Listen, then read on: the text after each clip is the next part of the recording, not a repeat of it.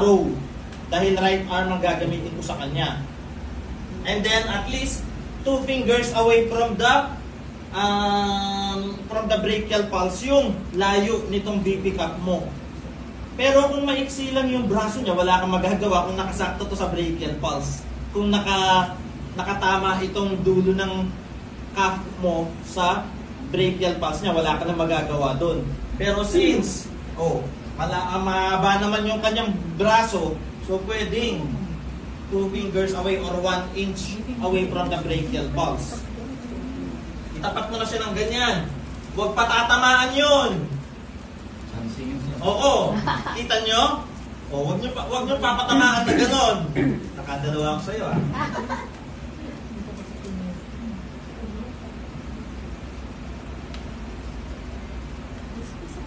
Sakto mo yung pagkakalagay.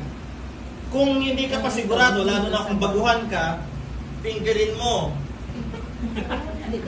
Huwag mong gagawin dito, pero ipinggirin mo na. Pasok mo 2 daliri. Dapat sakto lang. 2 lang. Grabe naman. Masyado maluwang yung 3. Gusto mo na. Diba, sabi ko sa inyo, pag sobrang luwang, false low ang makukuha nyo. Pag sobrang sikip, false high.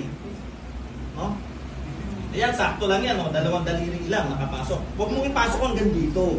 Hanggang dyan lang. Okay lang yan.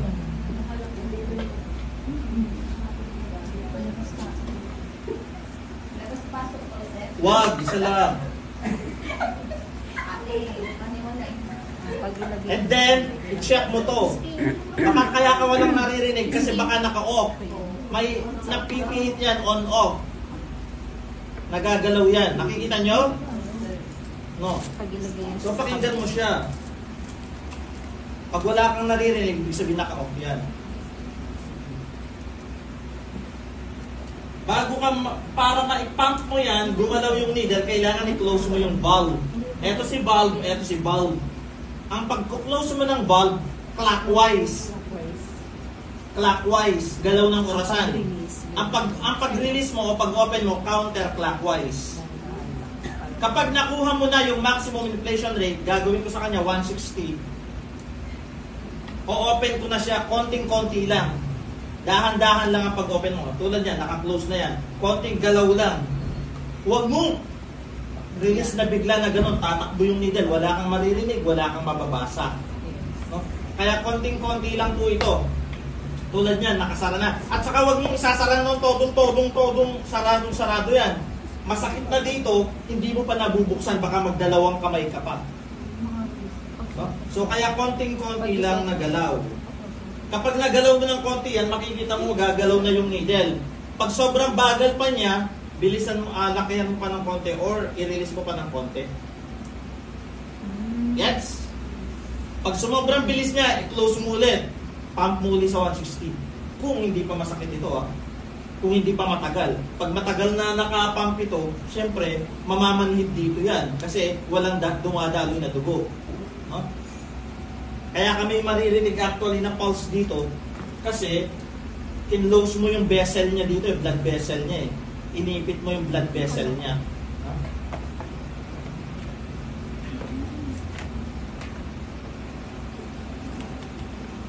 Ilalagay mo ngayon ito sa tapat ng brachial pulse. Huwag malikot. Kasi kapag nagkikis-kisan tong mga to, may maririnig kang tunog.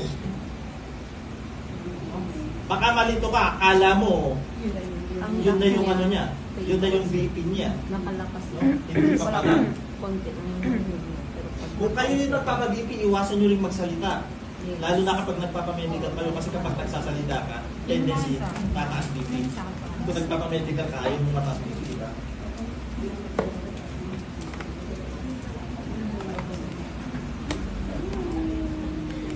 Start ako.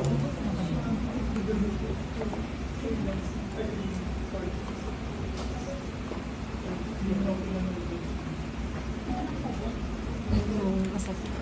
Malakas yun.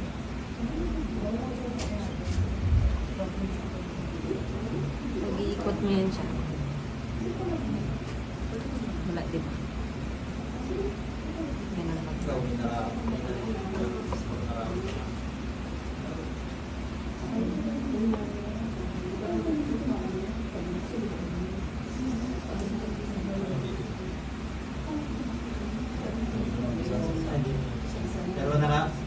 nararamdaman nyo kapag nagpapabibi. Kapag nagpapabibi kayo, nararamdaman nyo rin yung pintig.